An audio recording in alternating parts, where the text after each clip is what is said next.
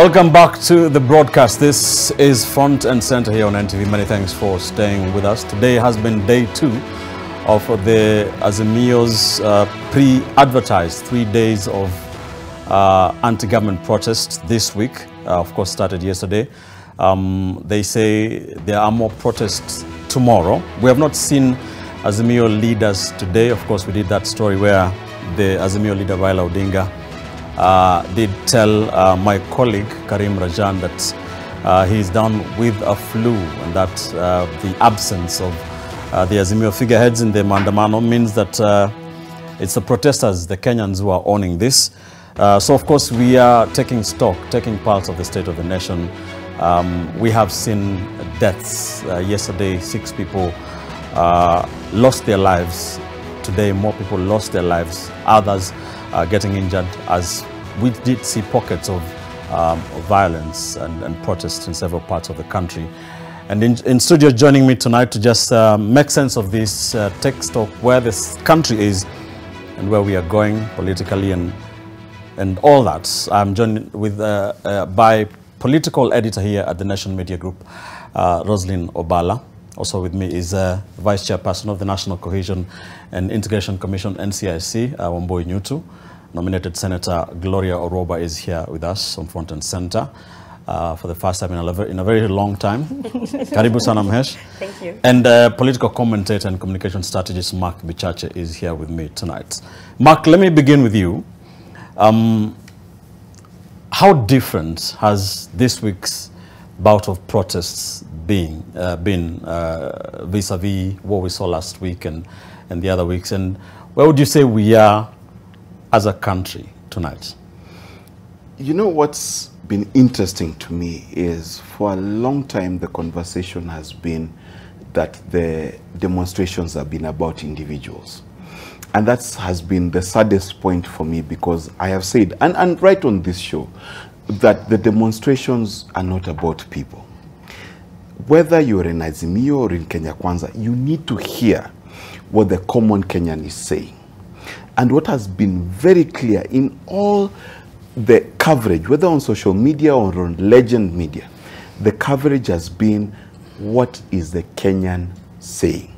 Whether it's the Kenyan on the street, the Kenyan on social media, the Kenyan in your ear when you're filling your car with petrol, or in the supermarket, or from Mama Mboga, what are they saying?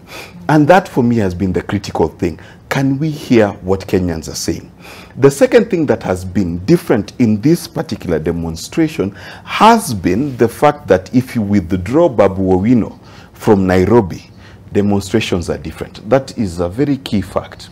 The second fact that has also been clear is that how does the government, and unfortunately, the government itself has been shown in worse light than a person from Mathare next to a supermarket. All right. That's the other sad part. And the narrative of the government, unfortunately for itself, has gotten to a point where it's got to look itself in the mirror, like Michael Jackson did before he died. Look at the man in the mirror and ask yourself, all right, what are you doing? Hold that thought. Hold that thought. I shall. We spoke to a number of your colleagues today, and Kenya Kwanza politicians are saying the protests have failed. Azimio, La Umoja One Kenya politicians saying the Mandamano has been a huge success. Is that very important given what we have seen? Yes, I can imagine that the Azimio team would say it has been a huge success, because for the Azimio team, it has never been about peaceful protests. It's always been about destruction, death, you know, all sorts of negative. In fact, it's domestic terrorism. So when they come out and say that their peaceful demonstrations have actually been a success, when you in the newsroom are reporting number of deaths, destruction of property, public infrastructure, that is clear. Those are the clear signs of domestic terrorism. So when they say that it's a success, I believe that their intention was never peaceful protest. Their intention actually was to destroy. And so for me, what is really sad is that people would say that the government is not listening.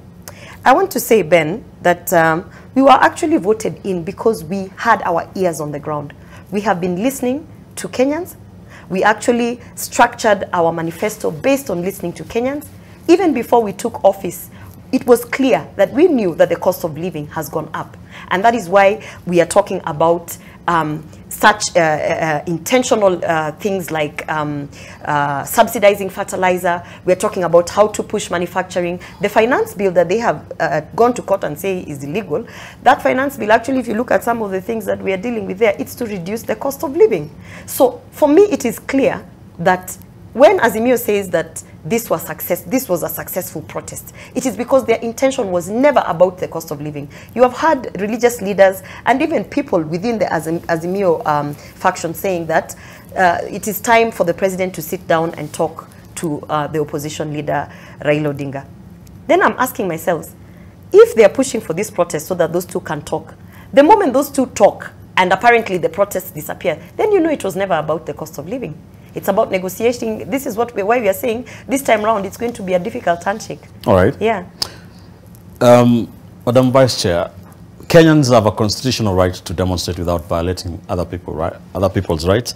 The police have a constitutional duty to protect lives and property without having their lives endangered themselves. Is this line becoming thinner by the day? Yeah, first of all, Ben, thank you very much for inviting us here tonight. And I wish to commend the media for the positive, reporting that we have seen. We know that violence can be perpetuated by the media by insensitive reporting, but we thank you because you have continued to report in a sensitive way. It is true that Article 37 of the Constitution of Kenya gives rights to Kenyans to demonstrate and picket as much as they would want. But we also have the Public Order Act that also gives the police mandate to disperse crowds that are acting in a manner that may, disrupt the public order. It is very saddening to see that in the past week, we have seen, and even last week, we saw people looting supermarkets. We saw police killing protesters. In fact, today, I have seen a policeman, it was your first news item, try to shoot. One time he shot, the second time he thought twice. I think his conscience told him that this is not the right thing to do.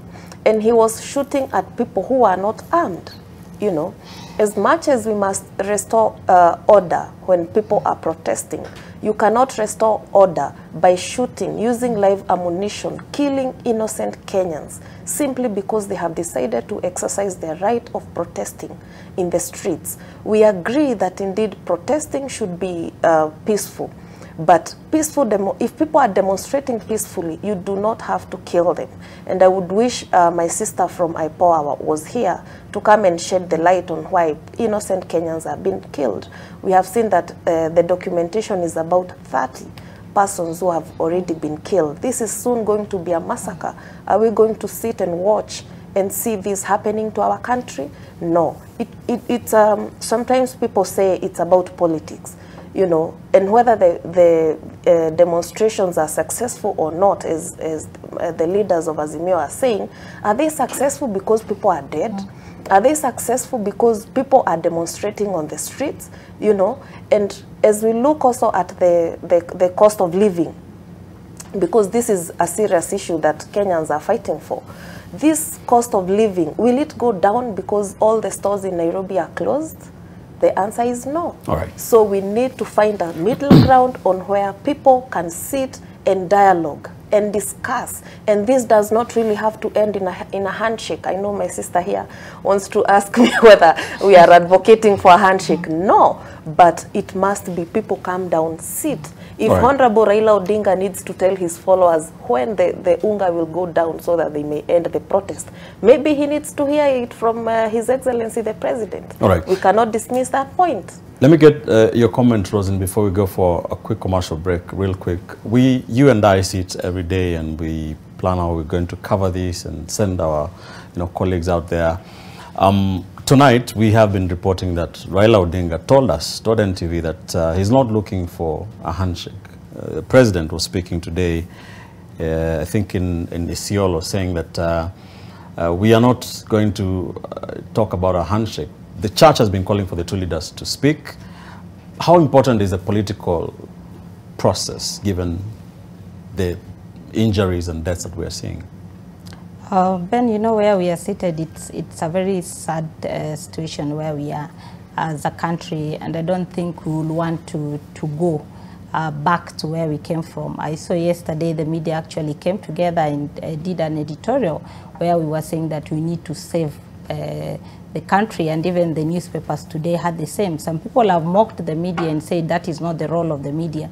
But you and I, where we sit, we know how difficult it is when we take some of the editorial decisions to actually see how do we balance informing Kenyans and at the same time not being seen to be fueling what is happening. If you saw this morning when we had the morning breakfast, and IPOA was here and other human rights organizations, and they were giving us the figures from the beginning of this year up to now to have lost 37 lives and 68 injured. That is a very big number, and all these are as a result of police action. Then you ask yourself, then where are we? Now, when Raila says that it's not about the handshake, it is about the cost of living, and the president says it's about the handshake, where do you leave the Kenyans who some are innocently going to demonstrate because maybe they cannot even afford 1 meal a day? For them, it's just about the ease of living. They are not able to eat. They don't have jobs. Most of the people are being laid off. So who is giving this solution? The church spoke yesterday. The Catholic Church came out and said it is high time we listen to the people. And one of the issues that are core is the Finance Act. And sometimes you don't need to stand by the law. It's how do you address it through a political dialogue. And I think that is what all these leaders are saying, that where we are, it's a political issue. It's no longer about legal. It's no longer about who won and who is dissatisfied with the outcome of the elections. We had elections last year. The president was declared. The country has to move on. How do we move on? If both of you hold hardline positions, then who will actually be the one to stand for the Kenyans? And I think that's why for the first time, even during Sabasaba, we saw a magnitude of people, Sea of Humanity, come out. And some of them, I think they were just coming out because of the level of frustration, not because they're supporting the government or because they're supporting the opposition. Hold that thought there. When we come back after this commercial break, we want to pay some bills real quick. We'll get into that issue of the hardline positions and how important it is for there to be political common ground in all this. Let's take a quick commercial break. We're back shortly with more. Stay with us.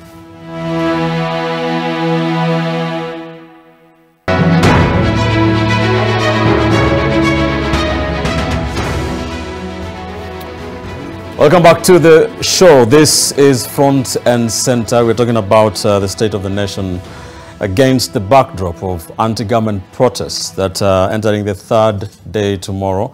The government, through Interior Cabinet Secretary Kithure Kindiki, says remains confident that it has nipped the protest in the bud, saying that Kenya is now back to normal and that they have contained the violence and the protests. Mark Bichacha, let me come to you. Let's talk about the political space in all this. When the two sides maintain their hardline positions, like we are seeing, they do not want to talk to each other, despite people dying. The media's efforts have been mocked on social media. We did see the Kenya Catholic bishops also saying that the two should sit, but the two don't think they should sit. Who's going to save this country? Ben, in my communication strategy education, I don't think I've ever been caught with my hand on my face. And the reason why my hand is on my face is because I want to teach the professor a lesson. My entire life I've never taught a professor a lesson. But let me teach him a lesson. The success of demonstrations is not violence. The success of a demonstration is not how many policemen you sent in civilian clothes to arrest a young man who was complaining about his son being shot. That's not success. Any demonstration across the world is a son asking a father that I am in pain, I have no power, you have the power, but can you hear me? All right. Professor Kithure, let me tell you, forget Raila Odinga.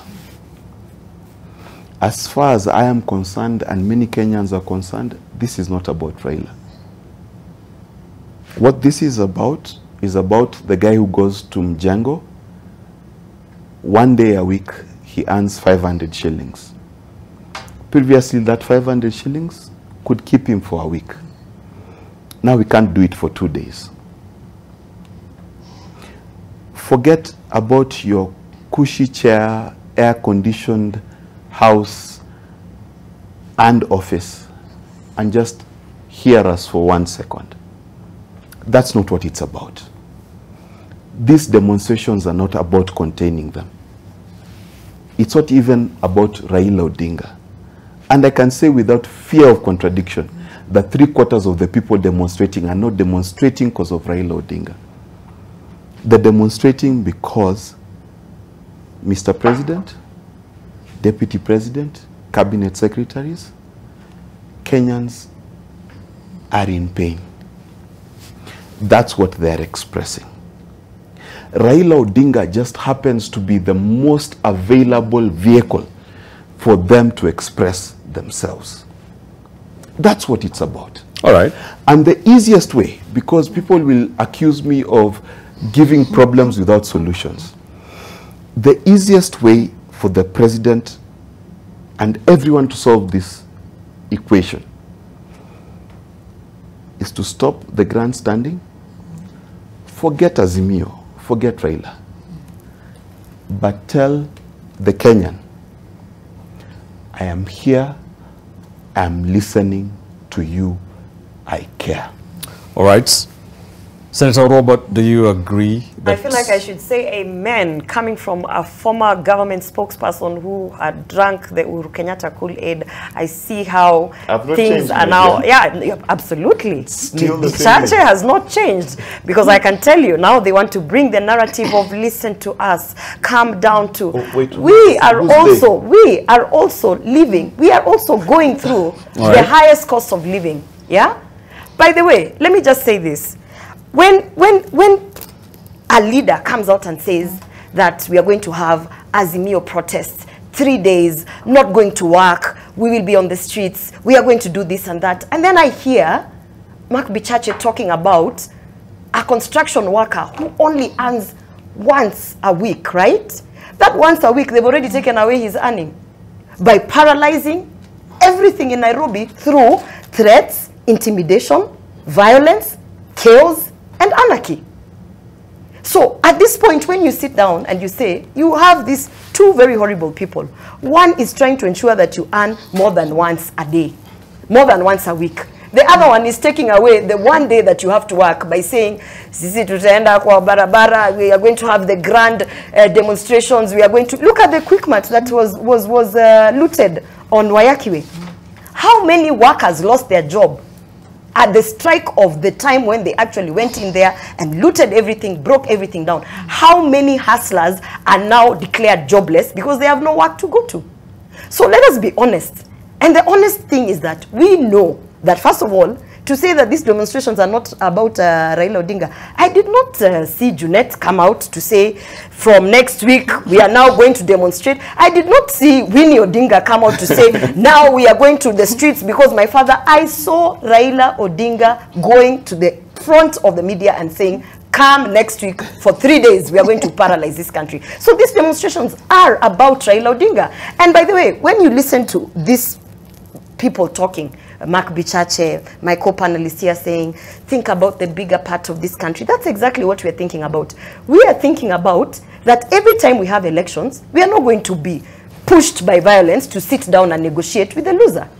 That's what we are thinking about. That the culture of elections, of people not accepting to lose elections, has to come to an end.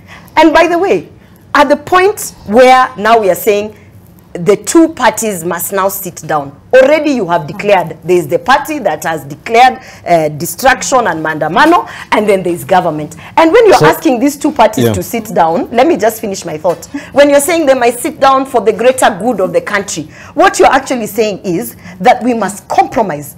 As an independent country that has a constitution, that has laws, we must compromise, sit down and negotiate with terrorists.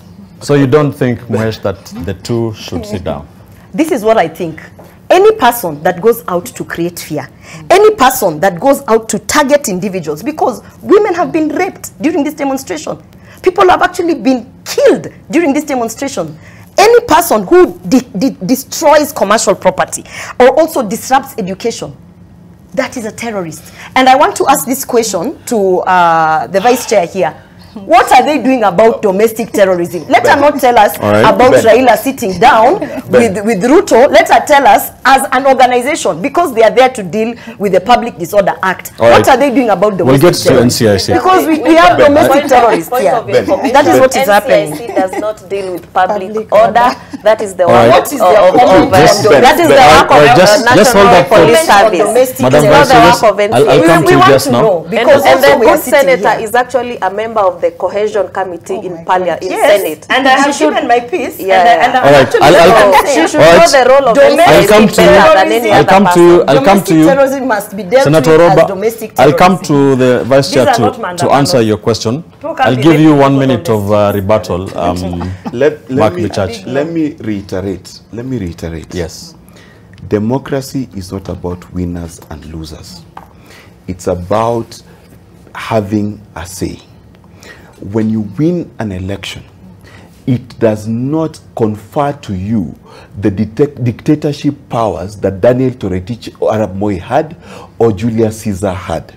When you become a head of state, it is upon you and written succinctly in the Constitution that you are the voice of unity.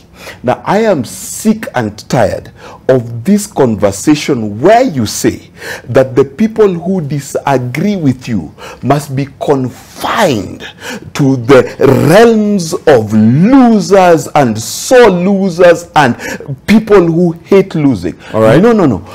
Those people Your and minute is up, Mark. every person who had All right. a right to say Points noted. must be heard by you who won. Points made. Winning is not dictatorship. Points made. Apart from, in the midst, not apart from the political, because it's a political process. What is the role of NCIC in all this, even as you respond to the Senator's query? Yeah, Ben, the role of NCIC is clearly stated in the NCI Act. NCIC is mandated to ensure that the country does not divide itself into ethnic groups and to especially disadvantage certain ethnic groups. We are also mandated to ensure that the country is peaceful. Peaceful in what terms? Peaceful in where it touches especially on ethnic issues. So the issue of Public Order Act, that one we leave it to the Kenya Police Service. The issue of combating demonstrators, that one we leave it to the the Kenya Police. The issue of whether people should demonstrate or not is clearly stated in the Constitution. Everyone has a right to demonstrate and to picket. Ben, people have asked us a lot what NCIC is doing, and they have said, oh, NCIC is a toothless dog that does not carry out its role in all these issues. For us, Ben, we deal with the software of the people, and especially where it touches on issues of ethnic issues, discrimination based on ethnicity. We saw last week, the chaos in Sondu almost degenerated into ethnic clashes, almost. And why did that happen? Because some politicians went and incited a few people and told them, this area we are not going to accept demonstrations. We must kill these people so that they will not bring demonstrations here. And I like Mark's point. You know, this country does not belong to an individual. This country belongs to every single Kenyan, whether they are in government, whether they are in opposition, whether they believe that the economy is not okay for them, or whether they believe that things are okay. Yeah. Whether they voted for His Excellency the President or whether they did not. And it is the sole responsibility of the elected parties to ensure that Kenyans are okay and that they are happy with how the government is running its issues. So when people go out to demonstrate, they do not have to be, you know, given certain names to show them that it is not their right to demonstrate. They should not be intimidated by live bullets so that they are silenced. That is not how you bring peace in a country. You do not solve violence with more violence. That is not how you do it. It is only when you sober up and decide to look at the issues critically. Because I have not seen Raila Odinga on the streets today. I have not seen Martha Karua on the streets today. In fact, Honorable Babu Owino, who is said to have been leading the demonstrations, was nowhere on the streets today demonstrating. He was confined in some police cells. So who are these Kenyans who are out there demonstrating? It is people who are totally frustrated by the cost of living. It is true that nowadays 1,000 Kenya shillings is like 100 bob of 3 years ago, because the cost of living has really gone up. So when Kenyans are protesting about that, the solution is not to kill them. So, Madam Vice Chair, as you finish up your point, there has also been the issue of the police also have a right to that life, and sometimes they are combating real violence, and that's what they have you know, coined as a use, they have justified the use of live rounds that we've seen. What is your take on that? The Constitution, the violence that is there. Yes, the Constitution gives the policeman to use reasonable force to meet violence on protesters or any other persons, actually, even if it is a criminal who is on the street. If they are not armed civilians, as, for example, you cannot combat a stone with a live bullet. That is not reasonable force, Ben. They should use reasonable force, and they have the power to do this. We have seen trucks and trunks move around with water. We have seen tear gas. There are many weapons to combat violence, except killing innocent and hurting innocent Kenyans. It is not right, and it is not the way to go. It is just throwing us into more trouble than we have seen before. All right. Yeah. Madam Senator, 1 minute only before I go to Roslyn. Just allow me to say this, because I don't know whether we are watching the same videos, because I have been subjected, and many of us Kenyans have been subjected to the videos where we can see that there are criminals who are actually attacking peaceful public members who are going about their business with stones. We have seen criminals, some suspected domestic terrorists, actually walking around with machetes, because a person who's, you know, let's be clear, when you say innocent Kenyans, you're talking about a person sitting in their house, going about their business, sitting in their jobs, going about their business. Like the videos that I have seen, the videos that I have seen and have been subjected to, we, as late as even this evening, is that you have people throwing stones on the road, walking around with machetes, threatening to bring down businesses, and that those are not innocent Kenyans. Those are criminals. And by the way, for NCIs, because you say you are not there for public order and what it's for conflicts between communities, tribalism, however she has coined it. Can I also just say this, that it has been obvious since yesterday afternoon that certain specific businesses of the Somali community were actually being targeted. And this is not news that I'm getting as Gloria Roba. This is news that is in social media. In some areas, they have even said that they're targeting specific tribes. So maybe that one has not reached her desk where she's sitting, but I will just ask that when we are talking, and you know, as a parliamentarian, Ben, by the way, because people will say, why are you asking her what the organization has done? What have you done? We have actually participated in the bipartisan talks through the bipartisan committee that was set up and then abandoned by Azimio. So as a politician, our hands, the only thing we can do is go back to parliament. Today we were in Senate. We were actually going to place any fronting bills or statements to ensure that we are continuing to work on reducing the cost of living. I don't know what the Azimio people are doing, because they are in the streets and they have been elected to come and represent their people in parliament. Speaking of politicians, all Kenyans' eyes will be on you guys, the politicians. And Rosie, let me come to you. We have had voices from various quarters calling on the political players to come together. The church, there's been focus on the church. Does the church have what it takes to be the ultimate arbiter in this? Ben, I don't think the church has a final say, because that is just one institution. And I think if you followed what has been happening, various institutions have spoken and called on the government and the opposition to actually have a truce.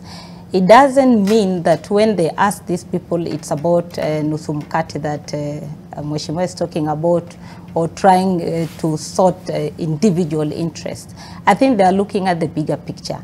And the question anybody will ask is it that all these institutions that are talking about cost of living and the other issues of security and all that, are they playing politics?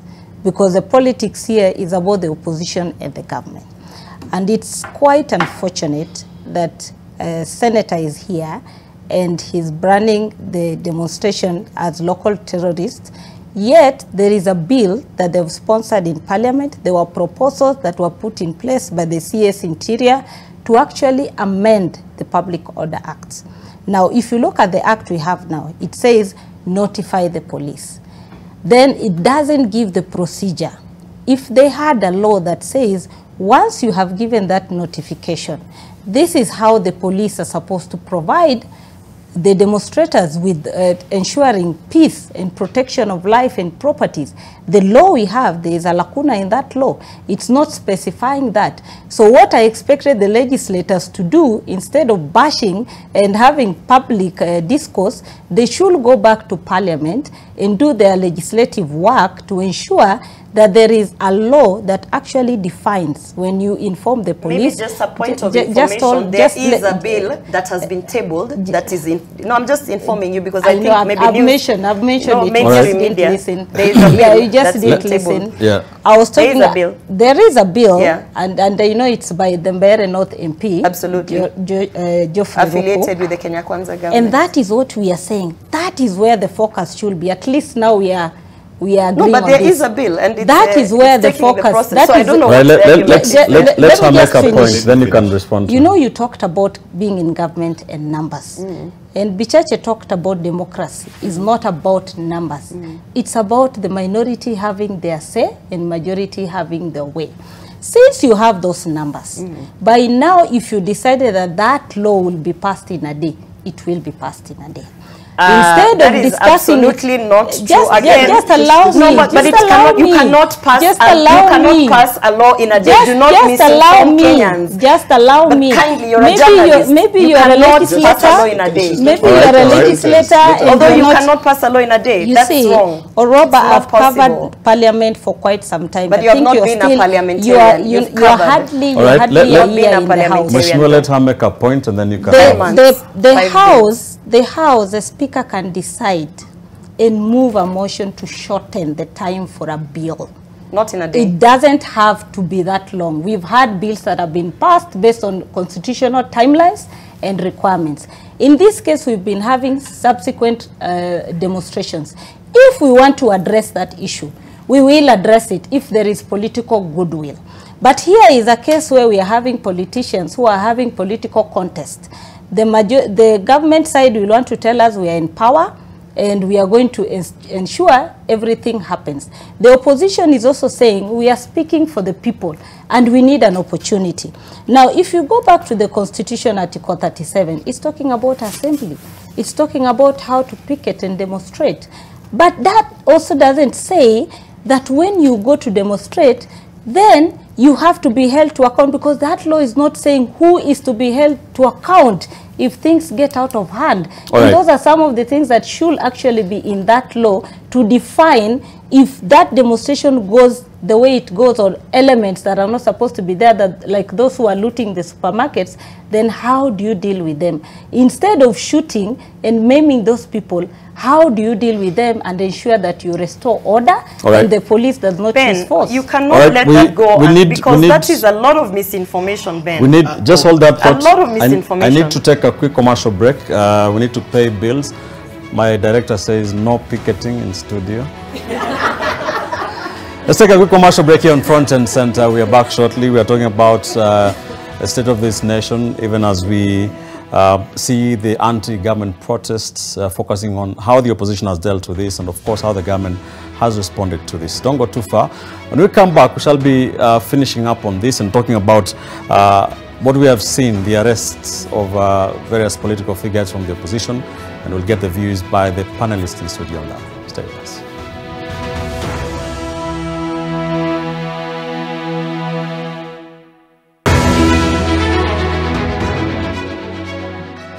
Welcome back. This is Front and Center. Tomorrow is the third planned day, as pre-advertised by Azimio Moja One Kenya, of anti-government protests. The Interior Cabinet Secretary, Kithure Kindiki, has said that there will be no protest, that the country is back to normalcy. That has been contained. We are here reporting this on the way, in the way only we can. I want us to finalize on this very quickly. Mark Bichachi, let me come to you. We have seen another tack, if you may, by the government, where political figureheads in the opposition have been arrested. Some political leaders and some people perceived to be some of those who are mobilizing for Azimio in terms of the protests in various towns in the country.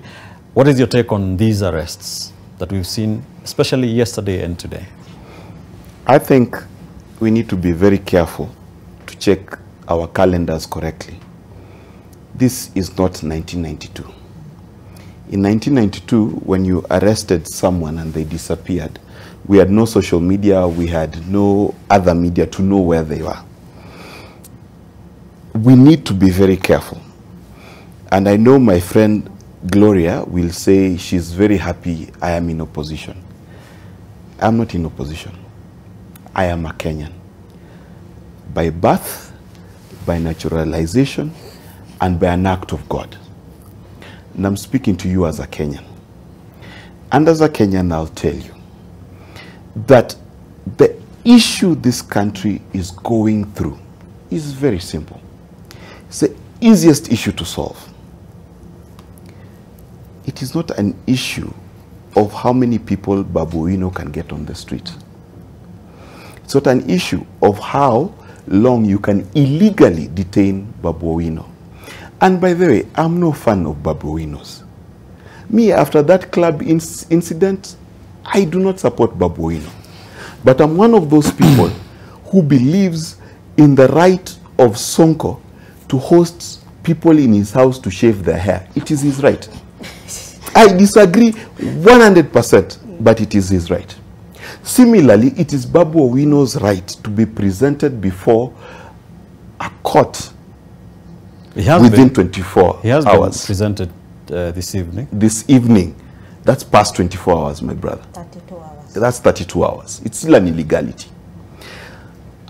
I will fight tooth and nail to remind Kenyans that the day we forget Raila, Ruto, Uhuru, which everyone wants to remind us about, and we remember that we need to listen to each other.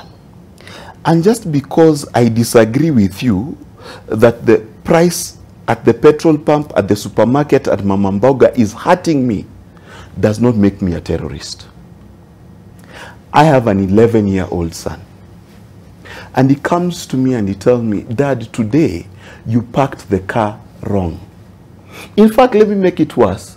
He tells me today you were a bit harsh to Mom. I think you need to tone down. Is that a domestic terrorist?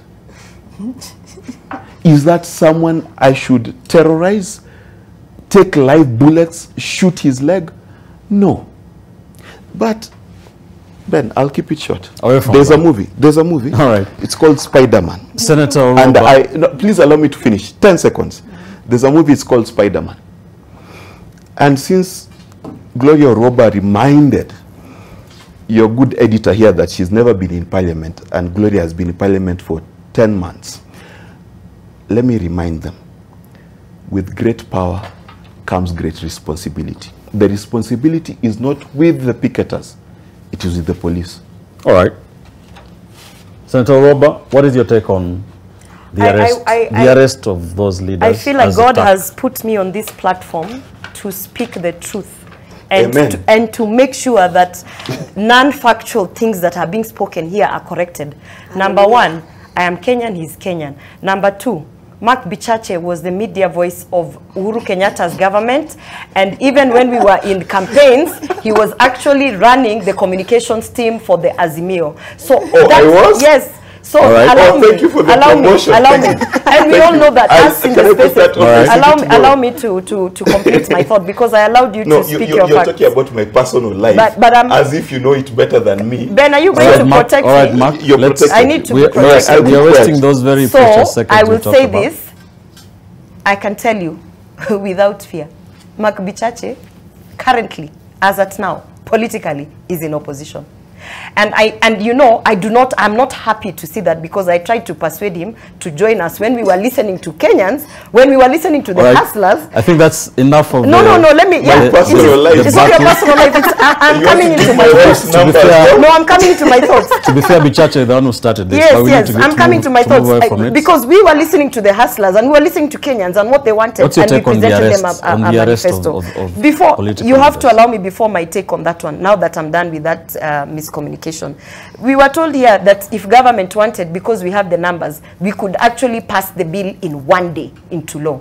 Again, another misconception, another non-factual thing that has been spoken by a very senior journalist live on TV. You cannot pass any bill in a day, whether you have numbers or not. The processes internally, and that is why I said, she said she has covered Parliament. It is different to cover and feature stories from Parliament.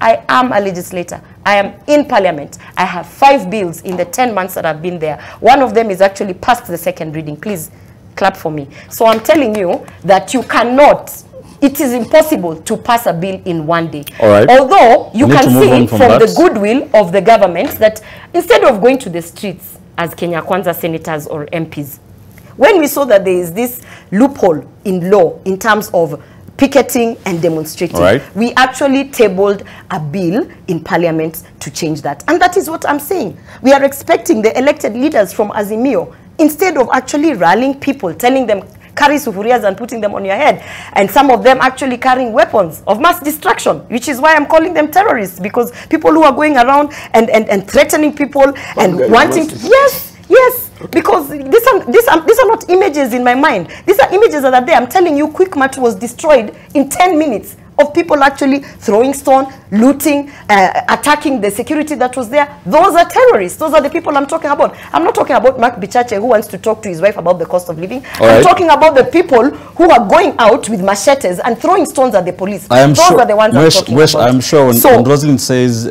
passing in a day, passing a bill in a day, it's a figure of speech. It doesn't mean literally. Well, you know, as a journalist, you know, there's a way that you can say something and mislead the public. I am here sent by God to tell the public. We need to move on. That we need to you move cannot on. pass a bill in a day. Although, now, let me give you my take on the arrests, because it is my time. This is what I think. We are definitely not going to condone extrajudicial killings. We are not going to condone illegal arrests. And even as a legislator in Kenya Kwanza, I am not going to be part of the people saying that let us just have political arrests so that we can see whether this will tone down the terrorism that is going on. So for me, as I sit here, I am saying that is not something that I condone. Now, whether Babu Owino was taken to court within the 24 hours or less, I am not an expert in that. I was not with Babu Owino in the cells. So I don't know whether he was arrested the 24 hours. But I can tell you that our constitution is very clear that you should be taken to court within the 24 hours. And I presume, because we are law-abiding citizens and a government that actually wants to stand by the constitution, which is why when they have taken us to court with this finance bill and all these things, we are simply following the due process. All right. So I am hoping that as I sit here, And I'm not hoping, I know for a fact, because I speak to our Interior Minister and I speak to very different people in government, and I know for a fact that they are not going out to act against our constitution. All right. Yes. Madam Vice Chair, what is your take on the arrests that we have seen yesterday and today? Police saying, government saying they have, charges against these leaders and perceived mobilizers. What's your take on this? Ben, I would first of all want to know what charges have been presumed on these particular leaders. But as it has been said before, is that Article 49 of the Constitution gives an arrested, defines the rights of an arrested person, and that is being presented before court within 24 hours. And we must remember where we came from when we were, promulgating the 2010 Constitution, and why we had to make some of these laws is because the police were able to abuse the rights of Kenyans by, holding, arrested persons for longer hours, using weapons to just intimidate them and all those things. So I have seen your article today, and I read it. And what you are saying is that we are now going back to the days where police were, using bad means to intimidate people. And this is not what we would call for. Let's hope that the Interior Minister can be able to look at how the police are able to do their work. Right. We're also calling on IPOA to come in and, sort of discipline these people. But we have also seen that most of these officers are actually not in uniform. So it is also very hard to identify them and know who has done this or who has not done this. Ben, you had also asked a question to, my colleague here. And you had asked her whether the religious leaders can be entrusted to lead the dialogue. I believe that the Kenya Kwanza government, or when they were campaigning, they were really good friends with the religious leaders. And at that time, the churches and, majorly the religious leaders were very key to the campaign of the Kenya Kwanza. So I have seen today also some politicians from Kenya Kwanza condemning the bishops who are requesting the government or the president to sit down with the Raila Odinga. So has the church now become, bad because it's requesting the government to sit down with Azimio? I don't think so. I think it is time that Kenyans sit down and dialogue and talk about the issues ailing this country. All right. As we had said before, Kenya does not belong to an individual. It does not belong to those who voted or to those who did not vote. All right. There are legitimate issues that need to be looked at. And I believe that the religious leaders can give a guiding voice, give spiritual guidance to our leaders, because the leaders truly do need spiritual guidance. All right, because of time, we need to leave it there. Roslyn, I'll give you 40 seconds to respond because you decided you're not letting this go. And also talk to me about the arrests. And is this attack that we're seeing from the government, and is it working to quell the protests? Thank you, Ben. Maybe let me start with this issue of passing of bills. I think what I expected, and the legislator says very well, she has actually sponsored 5 bills and 1 is in the second reading. What she needs to tell the listeners and those who are watching us is that the process of a lawmaking has 3 parts. The first reading, where the speaker can actually move to shorten the publication. And that's what I meant. That once you shorten it, it doesn't have to take the long period for it to go through public participation. Once it comes for the second reading, and I think she's a guest in Jerusalem, in the Senate, the second reading and the third reading have been done on the same day in the votes, unless she has not been in the House. That is not the other issue you're talking about, the arrest. They're not done on the same day. Even today, just this evening before this show, the Azimio people have said the Mathare MP has been arrested along Gong Road, and they don't know where he has gone. And the commission has just talked about the Constitution, Article 49, on the rights of an arrested person. Yep. And Article 50 on fair trial. In this case, if you are arrested, you need to be presented in court within 24 hours. You're supposed to be having access to your legal person. If you need medical assistance, you are supposed to be shown the charges that are being preferred against you and why you've been arrested. The times that we've seen this arrest, we have not seen that. And that is why people are asking, are we going back to the dark days? Right. Because when you say that you've arrested somebody, that Kenyan has that right under Chapter 4, which is a cornerstone of this constitution. Once you water it down, we don't have a constitution. All right, I have a minute each for every one of you. Mark Bichachi, let me start with you. How do we save this country? First, that was a headline today. I ask it as a question. I'm sorry. 1 minute only, please. First, disagreement is not terrorism. Allow me to disagree with you without you thinking I hate you. If every person thought disagreement is hatred, there's no marriage that would work in this country. Kenya Kwanza, please understand, we do not hate you, we are with you. Secondly, I am not in opposition. I am one of those people. How do we save this country, Mark? No, you have 30 seconds. I'm getting there. No, first I said, the first thing to save this country, hard to believe. First thing to save this country is to stop the idea that disagreement is hatred. All right. It is whatever. So you've answered my question. The second part all right, is understanding that I'm not in opposition. Any good leader requires two opinions. One that agrees with you, one that disagrees with you. Thank you, Mark. I am one of those people. Let me finish. We have one to of those people who praise that William Ruto lives for a long time because I cannot survive Rigiji. Thank you. Senator Roba, 45 seconds only. Yes, How do we save this country? 1 minute. How do we save this country? How do we save this country? First, as journalists, educate yourselves on legislation, because second and third reading are not done on the same day. It depends on the order paper. We have to sensitize people on that. The second thing, anyone